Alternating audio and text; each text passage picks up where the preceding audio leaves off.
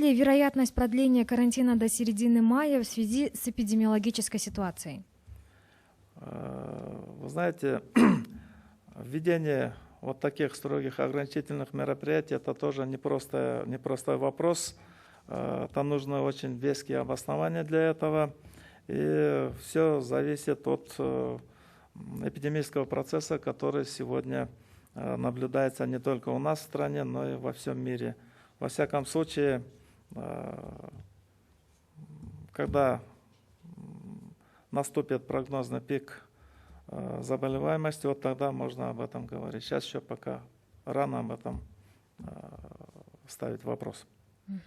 Когда можно будет сдать анализы в частной лаборатории и сколько стоит ПЦР-тест? Буквально сегодня или завтра начнется прием анализов в одной из частных лабораторий. Это вот сеть лабораторий Банецкого.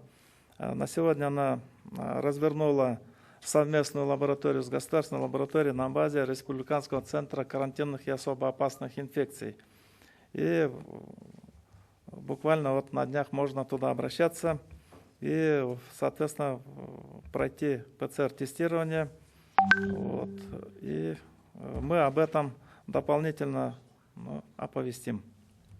А по стоимости ПЦР-теста? По стоимости, так как средние расходы составят, наверное, более 2000 сомов. А среди выздоровевших сколько медработников на сегодняшний день выздоровело? На сегодня порядка, наверное, больше 10 уже медицинских работников уже выздоровело. Они постепенно возвращаются к своей основной работе.